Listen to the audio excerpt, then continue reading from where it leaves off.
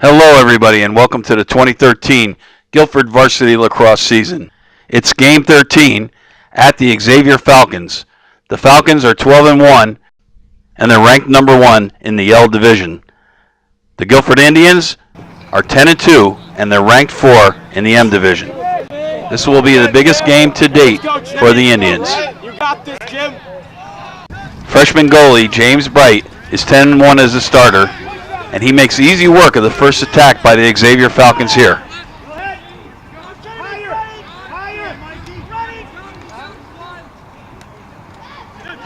Guilford's offense, sporting a 9-goal per game average, gets to work early.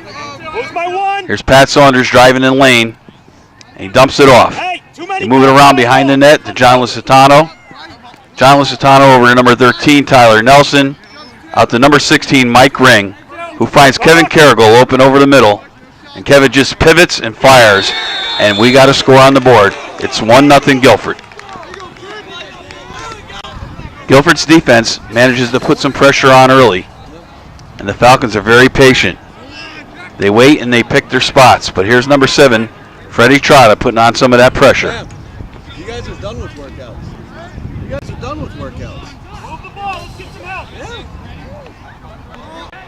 The Falcons move the ball around, and they open up a nice shot out in front of the net, but James Bright is up to the test.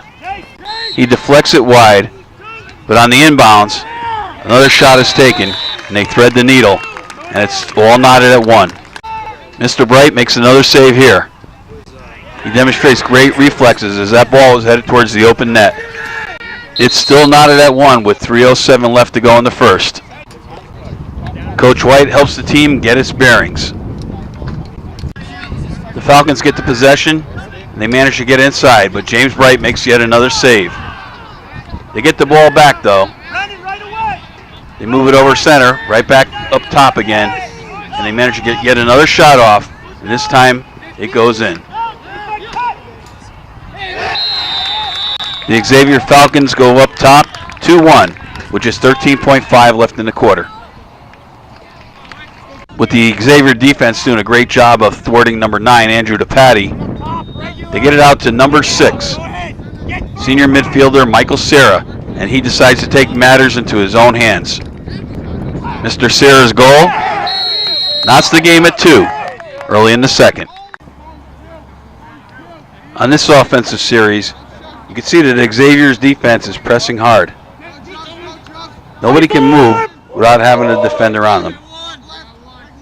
They're keying on Andrew DePatty, and they get the ball out.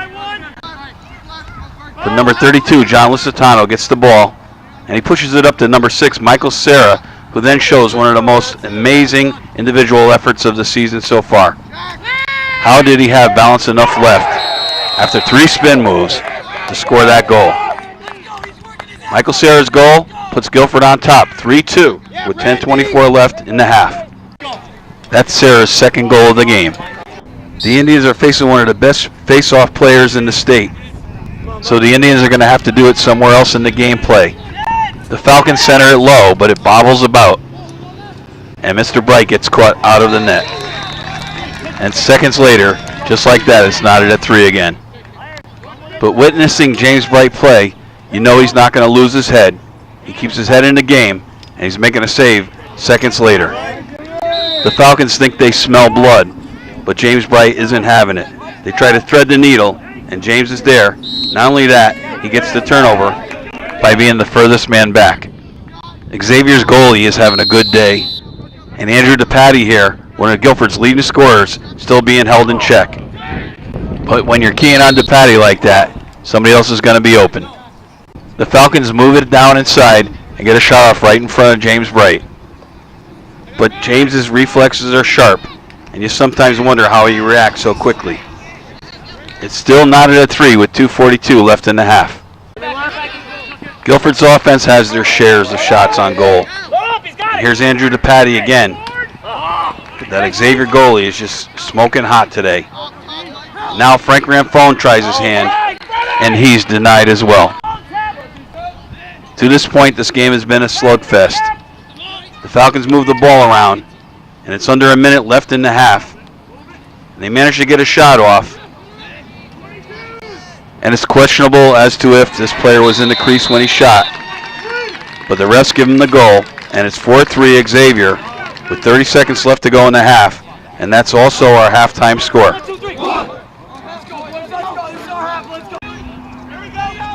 The Guilford Indians must have been charged up at halftime because they come out and take control of the game in the third quarter. Here, Xavier gets the ball down low, and Duke Knapp, number 26, is responsible for getting the ball out here. But the ball's still on the ground, and it's bouncing around inside. And number 13, Tyler Nelson, scoops and takes off. With Tyler's speed, the transition is quick, and he sees Carrigal down in front of the net. With a perfect pass, he gets it down to Carrigal, and Kevin Carrigal's got his second goal of the game with 7 minutes left in the third quarter. It's now knotted up at 4. Just a minute and a half later, the Indians get the ball in the hands of number 32, John Lusitano. And John's one of Guilford's strongest players, and he proves it right here. He makes it 5-4 Guilford, and the Indians are back in the lead with 5 minutes left in the third quarter. And here's another reason why the Indians managed to take control in the third quarter. It's freshman goalie, James Bright. Mr. Bright rises up to meet the challenge. And in this play, he deflects yet another one. Everyone's starting to hold their end. And here's number 26, Duke Knapp, putting on the pressure. And with a bad pass, Mark Lusitano, he's going to take advantage every time. Here comes Mark with the ball. The ball gets over the middle to number 32, John Lusitano. And John feeds it down right in front of the net to Kevin Carrigal. And Kevin Carrigal takes that opportunity to fake and score his third goal of the game. He's got a hat trick. And Kevin's goal makes it 6-4 Guilford with 2:14 left in the third. Guilford's defense is working as a team. Even though Mike Ring has his hands full and not for lack of effort, he's got a great backup in number 7, Freddie Trotta. Good Freddie Trotta working here defensively. And when that's not enough, there's always James Bright.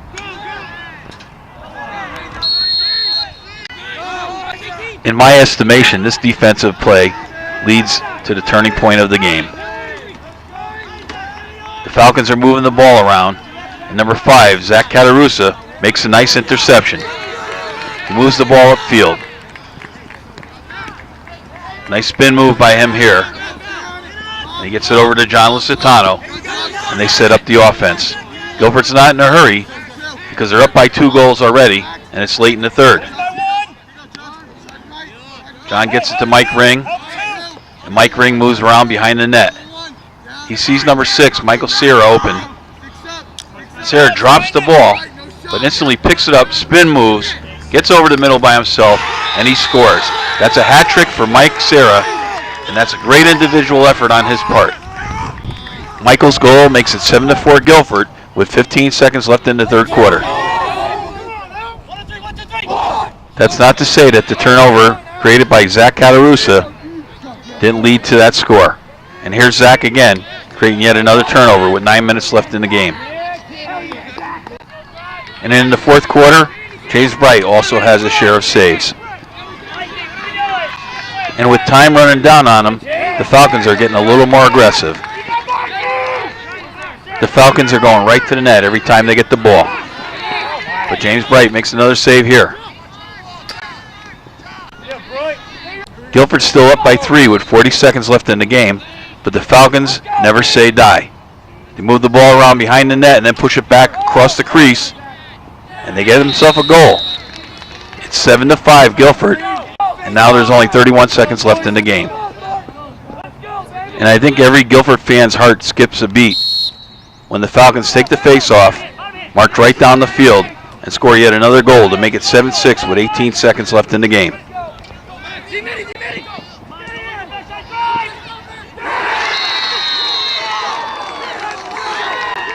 And 18 seconds seems like an eternity, especially when the Falcons are winning every face-off. And so Mike Ring gets a little aggressive to try to protect his goal, and the ref calls a penalty on him with 7.9 seconds left on the clock. So here's the situation. Guilford up by 1 goal with 7.9 seconds on the clock. Mark Lusitano on the point for the defense. And Mark disrupts the pass just enough to get the ball bouncing around. And that's the end of the game. The Guilford Indians win it 7-6. They snap Xavier's 5-game winning streak, and the Indians are now 11-2. The Indians' next game is Saturday, May 11th. That's today at 6 p.m. at Kavanaugh Field. The Indians will be facing the number 2 team in the M Division. That's Joel Barlow, who have a record of 12-1. And if the Indians win today, they'll probably move up in the standings. This is a huge game for them today, so please come out and support the team. Thanks for watching, everybody.